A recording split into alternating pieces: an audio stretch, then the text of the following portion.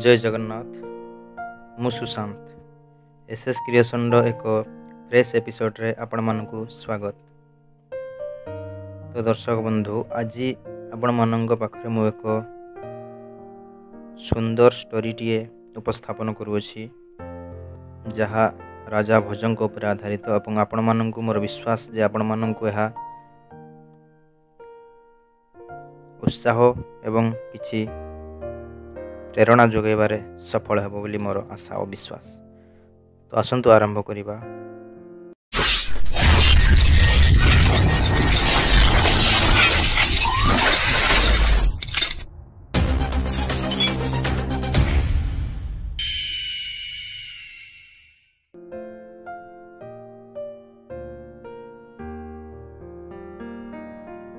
आपण माने राजा भोजन को अल्प बहुत जानी थे। राजा भोज होती आपण मानकर विक्रमादित्य वंशज। तो चलन दर्शक बंधु छोट स्टोरीटे आपन को शुणाऊँगी। थरे कौन है राजा भोजक राणी एवं पंडित माघंक पत्नी उभय ठिया होई कथबार्ता होते। तो राजा भोज तांको पाखकु जाई दुहींक कथा सुनिबा पई कर्णपात कले। यह जानिपारी माघंक पत्नी हठात कहिले, आओ मूर्ख, प्रकृत रे राजांक मनरे रोष नथिले मध्य अज्ञानवशतः तांको लागुथुला से जानिबाकु चाहुथिले जे मु कोन मूर्खता कली। ततः राजसभार समय उपस्थित हेला। दंडी भारबी आदि बड़ बड़ पंडित मानक आगमन हेला। राजा समस्तଙ୍କ उद्देश्य संबोधन कले, आओ मूर्ख। पंडित समूह राजांकर एभली व्यवहार देखि आश्चर्य हो गले, परंतु पचारिबाकू कहार साहस हेला नहीं। शेषरे पंडित माघंक आगमन हेला। राजा ठीक पूर्व भली सेहीपरि कहले, आओ मूर्ख। एपरि आश्चर्य कथा सुनी माघ कहले, खादन्न गच्छामि हसन्न जल्पे गतन्न शोचामि कृतन्न मन्ये द्वाभ्यां तृतीयो न भवामि राजन् किंकारणं भोज भवामि मूर्खः।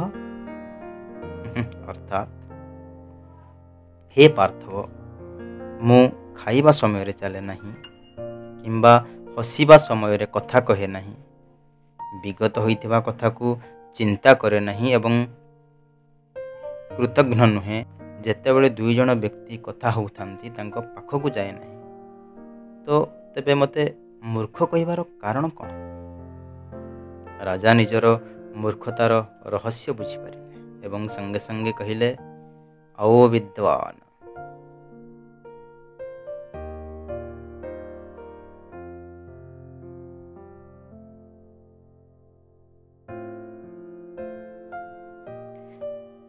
केवल शिक्षा द्वारा बा अध्ययन द्वारा विद्वत्ता आसी न थाए। केवल शिक्षा द्वारा बा अध्ययन द्वारा विद्वत्ता आसी न थाए बा होई न थाए। विद्वत्ता आसे निजर नैतिक मूल्यर आत्मचिंतन रे।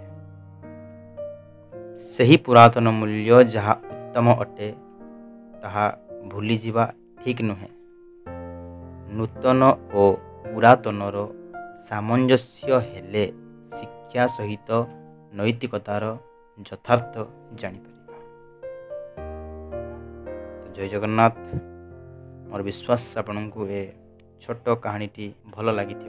तो दर्शक बंधु मुझे आपन कही रखे कि जदि आपण मैंने मो चैनल रे प्रथम थर पई बा नुआ जो माने नुआ प्रथम थर पई मो वीडियोटी को देखुचंती तो please please please subscribe button जो अच्छी सेठी क्लिक कर नियंतु एवं गोटे लाइक शेयर कर दियंतु, जहाँ फल कि आपण देखिबा सहित आपण फ्रेंड माने मध्य यह देखि परिबे।